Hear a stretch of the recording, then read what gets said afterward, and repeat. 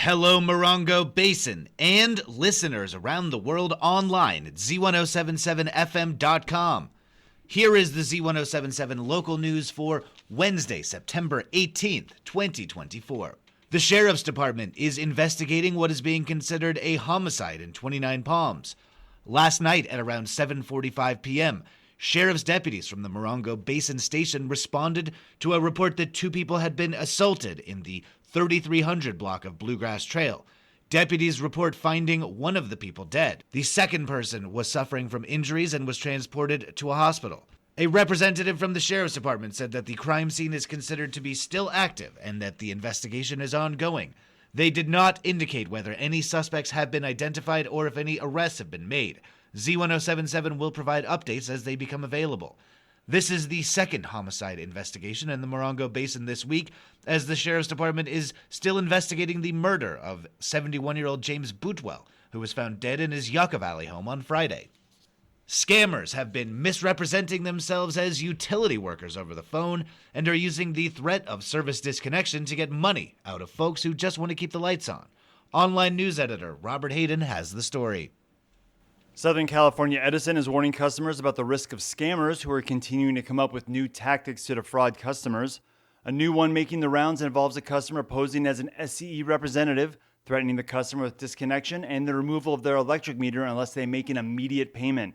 SCE wants to remind everyone that they never ask for payments over the phone or call customers about an immediate service disconnection. Although anyone can fall prey to victimization, SCE says that the scammers most frequently target the elderly, non-native English speakers, and small businesses. To protect against these scams, always pay your bill through verified SCE means. That could be online through the SCE account, or over the phone using their 1-800 number, or even in person. If you know of someone who you may think be susceptible to convincing phone calls telling them that their service is in danger of being disconnected, let them know about this scam and tell them they should always call SCE if they feel like they have been a target. You can visit sce.com/billpay for more options for paying your bills securely. Reporting for Z107.7 News, I'm Robert Hayden. At last night's meeting, the Yucca Valley Town Council received status updates on various town departments and resources. Here is reporter Adeline J. Wells with that and more. Last night's Yucca Valley Town Council meeting began with a presentation on the Morongo Unified School District Bond Measure C, led by Superintendent Dr. Vargas and Board Member Claire. Measure C is included on the ballot this November.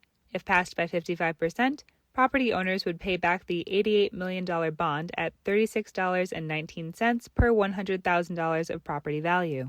The funds would be used to make facility and infrastructure upgrades for the school district, as allocated by an independent oversight committee. Possible uses include multi-purpose rooms, a performing arts center, and shelters on playground areas. Town staff then proposed two ordinances related to solar energy systems.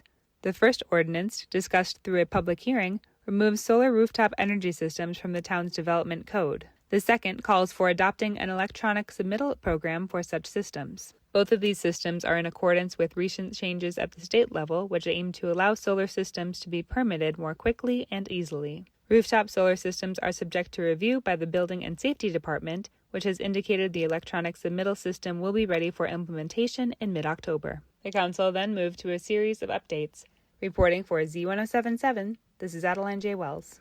At last night's meeting of the 29 Palms Planning Commission, Commissioner and Chair Max Walker announced he was leaving the Planning Commission at their second meeting in October. At the otherwise short public meeting, the Planning Commission announced they would be having a study session on entertainment permits. The Morongo Valley Community Services District Board of Directors is meeting at 6 p.m. tonight in regular session at Covington Park's multipurpose room. Reporter Gabriel Hart has a look at their agenda.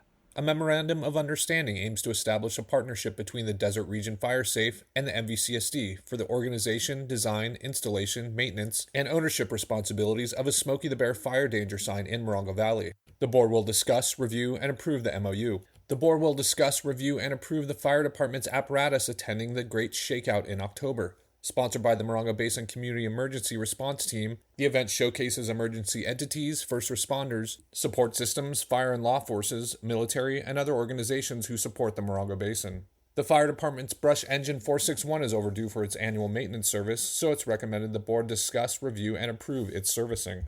The MVCSD was recently awarded the AFG grant to fund new self-contained breathing apparatuses. However, some equipment not authorized to be funded was delivered and efforts to return the items failed. The good news is that All Star Fire is willing to defer payment until November, and it's recommended the board review, discuss, and approve the invoice. The board is also recommended to discuss Resolution 2405 Schedule of Fees and approval of a loan from Bank of America. Reporting for Z107.7, this is Gabriel Hart. Busy meetings are on tap tonight for Yucca Valley's High Desert Water District and for the Joshua Basin Water District in Joshua Tree. The meeting in Yucca Valley begins promptly at 4:30 p.m. The gavel comes down at 5:30 in Joshua Tree. Here's reporter Mike Lipsitz with your Wednesday Water Roundup. Following priority project updates, directors at the High Desert Water District will take up Yucca Valley's Ballot Measure Z, amendments to the Conflict of Interest Code, and changes to employee benefits. Today's meeting takes place at the district office on the highway at Inca Trail. And down the highway in Joshua Tree, the Joshua Basin Water District Board will take up the draft strategic plan, receive an update on Chromium-6 compliance, and see a preliminary fourth quarter financial report. That meeting takes place at the district office on Choita Road in Joshua Tree. See this story at Z107.7fm.com for links to both agendas, which include instructions for remote attendance. Reporting for Z107.7 News, this is Mike Lipsitz. The Yucca Valley wrestling team is holding an Adopt a Wrestler event to pay for wrestling uniforms and equipment. Each wrestler is looking for 3 adopter sponsorships. The adopters get a Proud Adopter t-shirt that gets them free prepaid entry to all home events for the season. They also get on the email list to receive quarterly newsletters and should expect a handshake or a thank you whenever they are seen in public with the shirt on. The wrestling team is also hosting a car wash fundraiser this Saturday, September 21st, at the High Desert Air parking lot, 56460 29 Palms Highway from 8 a.m. to 3 p.m. Tickets can be purchased at the car wash the day of. For any sponsorship information or other questions, you can contact Booster Club President Lisa Weldon at a link in this story at Z107.7fm.com. And now a special report from Z107.7, the High Desert Star, and the Desert Trail. One of the Morongo Basin's primary sources for public safety information was recently limited by the San Bernardino County Sheriff's Department. Throughout the 20th and now the 21st century, sheriff stations throughout the United States issued daily reports of deputy activity. Since 2019, the Sheriff's Morongo Basin Station has emailed those logs to media outlets in the county and local government officials. Called the Media Incident Details, or media logs, these documents included a detailed account of Sheriff's Department activity as provided by the deputy involved, as well as a summary of events, whether or not the encounter led to an arrest. Personal information, such as victims' names and addresses, or incidents involving children, were redacted and were not provided. The media logs were sent to members of the news media, including the High Desert Star, Z107.7, and the Desert Trail. They were also sent to local government officials, including city managers of Yucca Valley and 29 Palms.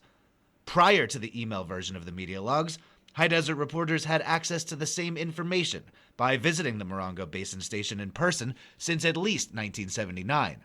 Other sheriff stations provided similar public call logs across the United States. On September 4th, an email from the Sheriff's Morongo Basin Station announced an immediate end to the distribution of media logs. The initial email said they were discontinuing the logs on direction from San Bernardino County Council.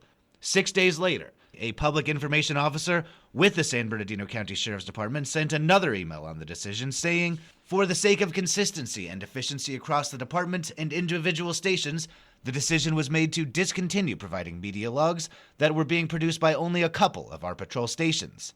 The Sheriff's Department is now referring members of the media to the online dispatch call logs, which provide only the time and location of an emergency phone call and the initial police code referenced as part of the call. Based on that limited data, the media can follow up with the Sheriff's Department information officers for more detail at the discretion of the Sheriff's Department or file a Public Records Act request. The Sheriff's media logs provided a more complete overview of the Sheriff's Department's work across our community, allowing the news media and government a comprehensive and more immediate understanding of community safety. The media logs allowed the news media to identify larger crime patterns over time independently investigate incidents in the context of other occurrences, and contribute to oversight of deputy responses. Sheriff Shannon Dykes did not respond to requests for comment. Don Rao, chair of the County Board of Supervisors, said, quote, "I would hope in today's technologically advanced environment, our Sheriff's Department would be able to provide as much information as possible to help our communities be safe." That's our local news. Hear local news 7 times a day, 7 days a week at 7, 8, 9, noon, 4, 5, and 6. If you hear about news happening, let us know. Email us at tips@z1077fm.com. And in light of our story about the Sheriff's media logs, tips are more important than ever. Reporting for the Morongo Basin News Leader, the award-winning Z107.7 Local News, I'm Jeff Harmatz.